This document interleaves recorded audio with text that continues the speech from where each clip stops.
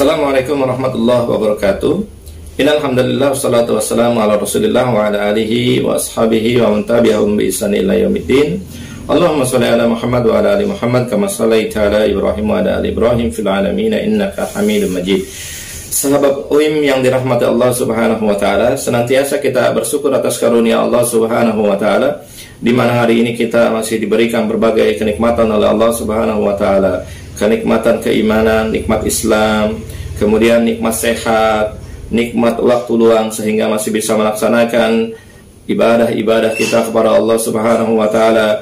Dan kemudian hari ini kita diberikan kenikmatan sehat sehingga pada hari ini kita dijauhkan oleh Allah Subhanahu wa taala dari penyakit-penyakit yang kemudian membahayakan semua umat manusia, misalkan penyakit corona yang hari ini melanda umat manusia. Dan hari ini kita wajib syukuri ketika kita diberikan sehat oleh Allah Subhanahu wa taala, maka sudah sepantasnya kita bersyukur kepada Allah Subhanahu wa taala.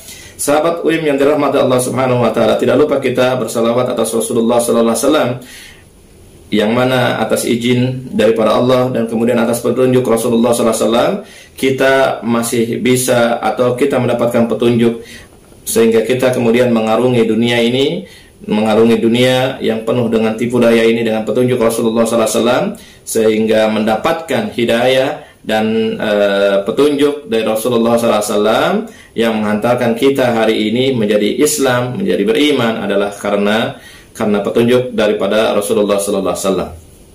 Sahabat UIM yang dirahmati Allah Subhanahu wa taala, setiap hari kita berdoa, bermunajat kepada Allah Subhanahu wa taala dalam salat-salat kita.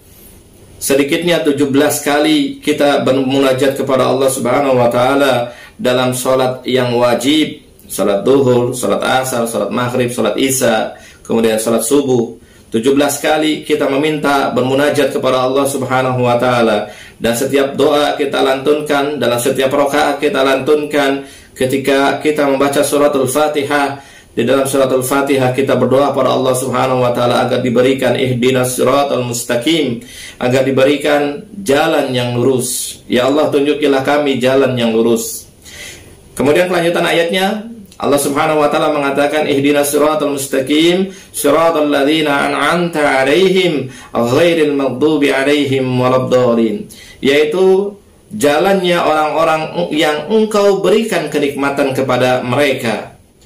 Dalam tafsir ya, ayat dengan ayat, bagaimana suratul Fatihah ini kemudian ditafsirkan oleh surat An-Nisa ayat 69, bagaimana Allah Subhanahu wa taala memberikan gambaran kepada kita semuanya tentang siapa yang diberikan kenikmatan oleh Allah Subhanahu wa taala. Dalam surat An-Nisa ayat 69 sebagai tafsir surat Al-Fatihah ayat ke-7, barang siapa yang mengikuti Allah dan mengikuti Rasul, faulaika ma'alladzina an'amallahu 'alaihim, maka mereka bersama orang-orang yang Allah berikan kenikmatan kepadanya, minan nabiyyin was-siddiqin wasyuhada was-sholihin, yaitu mereka yang diberikan kenikmatan oleh Allah Subhanahu wa taala itu yaitu 4 kelompok yang memang ini disebutkan oleh Allah Subhanahu wa taala sangat-sangat diberikan kenikmatan Allah yang besar.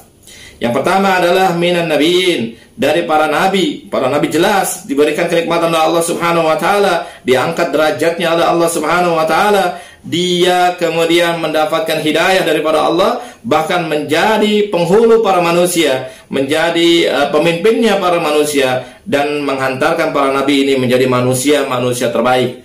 Tentu kita lihat kalau dalam beberapa sirah, ya, sirah nabi maupun sirah para anbiya yang lainnya, kita tahu banyak para nabi yang hidupnya tidak ideal. Ada yang hidupnya kekurangan, ada yang hidupnya penuh dengan penyakit, ada hidupnya mendapatkan perlakuan yang sangat keras dari para penguasa. Tentu mereka menghadapi kehidupan yang tidak mudah, ya, tidak mudah dan sangat penuh dengan perjuangan dan resiko. Tapi kenapa Allah Subhanahu wa taala justru menyebutkan orang-orang atau para nabi ini mendapatkan kenikmatan? Jadi kenikmatan ini tidak didasarkan oleh kenikmatan dunia atau kepuasan dunia, tapi kenikmatan itu adalah kenikmatan din yang didapatkan para nabi tersebut. Ya, jadi para nabi ini diberikan oleh Allah Subhanahu wa taala kenikmatan, yaitu ditinggikan derajatnya, diangkat di atas manusia-manusia, bukan karena mereka mengalami penderitaan-penderitaan, tapi mereka mendapatkan hidayah dan menyampaikan hidayah tersebut kepada seluruh manusia. Jadi kenikmatan itu bukan materi, ya. Kenikmatan itu bukan harta, kenikmatan itu bukan jabatan, kenikmatan itu bukan mobil, fasilitas rumah, apartemen maupun yang lainnya. Kalau qadarullah Allah Subhanahu wa taala kemudian menitipkan kita semuanya dengan fasilitas tersebut, maka kita bersyukur dan kemudian kita pakai untuk berjuang di jalan Allah Subhanahu wa taala. Namun jika memang Allah tidak takdirkan kita untuk memiliki fasilitas dunia tersebut, maka tidak menjadi masalah. Namun yang kita wajib tunaikan, kita wajib laksanakan adalah tetap beribadah kepada Allah Subhanahu wa taala sebagai bentuk ketaatan kepada Allah Subhanahu wa taala. Yang kedua, orang-orang yang diberikan kenikmatan oleh Allah Subhanahu wa taala minas siddiqin, orang-orang yang kemudian dia membenarkan para sahabat, yang membenarkan Rasulullah sallallahu alaihi wasallam, para ulama, para tabi'in yang membenarkan kabar Rasulullah sallallahu alaihi wasallam. Yang ketiga adalah orang-orang ya syuhada, orang-orang yang mati syahid berjuang di jalan Allah Subhanahu wa taala. Dia terbunuh ketika membela agama Allah Subhanahu wa taala dan niatnya lillah kalimatillah, dan niatnya untuk meninggikan kalimat Allah Subhanahu wa taala. Dan yang keempat, orang-orang yang diberikan kenikmatan oleh Allah Subhanahu wa taala adalah was-sholihin, orang-orang yang kemudian dia setiap hari dia beramal soleh, hari-harinya, waktu-waktunya dia senantiasa habiskan, luangkan untuk beramal soleh. Dalam kehidupannya kalau tidak beramal soleh, maka kemudian terasa tidak nyaman, tidak enak. Maka orang-orang seperti ini adalah orang-orang yang kata Allah Subhanahu wa taala adalah orang-orang yang diberikan kenikmatan minan nabiyyin, minas siddiqin, minas syuhada, was-sholihin. Dari para nabi, kemudian dari para siddiqin, syuhada, orang-orang yang mati di jalan Allah Subhanahu wa taala, dan terakhir adalah orang-orang yang soleh. Setidaknya 4 kelompok inilah yang kita minta kepada Allah Subhanahu wa taala agar kita dikelompokkan kepada salah satunya ketika kita berdoa di dalam suratul Fatihah, ketika kita berdoa dalam salat kita, ihdinas siratal mustaqim, tunjukilah kami jalan-jalan yang lurus, siratal ladzina an'amta alaihim, yaitu jalannya orang-orang yang engkau berikan kenikmatan. Yaitu 4 kelompok itulah yang kita berdoa kepada Allah Subhanahu wa taala agar kita dimasukkan ke dalam orang-orang yang diberikan kenikmatan oleh Allah Subhanahu wa taala. Kemudian sahabat UIM yang dirahmati Allah Subhanahu wa taala, berikutnya kita juga selain meminta agar ditunjukkan, agar dikelompokkan ke dalam orang-orang yang diberikan jalan yang lurus, jalan yang diberikan kenikmatan oleh Allah Subhanahu wa taala, maka juga kita dalam suratul Fatihah, dalam salat-salat kita juga berdoa agar kemudian dijauhkan dari golongan orang-orang maghdubi alaihim waladhdallin, orang-orang yang kemudian dimurkai oleh Allah Subhanahu wa taala dan disesatkan oleh Allah Subhanahu wa taala. Dan kita tahu bahwa yang dimurkai oleh Allah Subhanahu wa taala adalah minal yahud, orang-orang Yahudi, ketika mereka melakukan atau mereka berbuat sebuah upaya yang memang mereka tahu dalilnya, kemudian mereka tahu kebenarannya, namun mereka menyimpang dari kebenaran. Jadi orang-orang Yahudi ini, mereka memahami kebenaran, tapi mereka tidak melaksanakan kebenaran tersebut. Mereka tahu bahwa nanti di akhir zaman tersebut akan ada nabi yang bernama Muhammad, tapi kemudian mereka justru tidak mengimani Muhammad tersebut, tapi mereka justru mendustai Muhammad, dan bahkan mereka jika diberikan kesempatan akan membunuh Muhammad tersebut. Mereka hari ini memahami bahwa nanti di akhir zaman akan ada kiamat, hari kiamat, tapi kemudian mereka bukan beriman kepada Allah, bukan beribadah kepada Allah, tapi mereka justru membuat upaya-upaya, membuat makar-makar yang bisa menghantarkan mereka bisa selamat dari hari kiamatnya Allah Subhanahu wa taala. Yang mereka sangkakan mereka melakukan perbuatan tersebut bisa menyelamatkan mereka dari kiamat yang memang Allah takdirkan kepada umat manusia. Misalnya mereka membuat perumahan-perumahan di bawah tanah, bahkan sampai hari ini kita dengar mereka ekspansi ke luar angkasa, yang mereka sangkakan bahwa dengan membuat perumahan-perumahan di bawah tanah tersebut, membuat ekspansi sampai ke luar angkasa, yang mereka sangkakan bisa menyelamatkan mereka dari kiamatnya Allah Subhanahu wa taala. Kemudian juga kita berlindung kepada Allah Subhanahu wa taala agar kita tidak termasuk orang-orang yang disesatkan oleh Allah Subhanahu wa taala.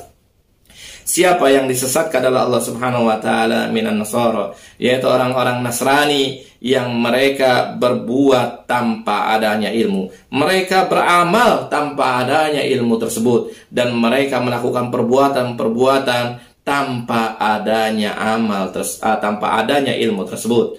Seperti apa yang dilakukan mereka, mengangkat Isa sebagai Tuhan selain daripada Allah Subhanahu wa taala. Tentu ini adalah perbuatan tanpa ilmu, karena kita tahu bahwa Tuhan itu adalah Allah Subhanahu wa taala. Tiada ilah, tiada Tuhan, tiada yang pantas untuk diibadahi, tiada yang pantas untuk diminta pertolongan, dan kemudian tidak ada yang pantas untuk mengatur segala urusan manusia selain daripada Allah Subhanahu wa taala. Maka suratul Fatihah ini memberikan ajaran kepada kita semuanya.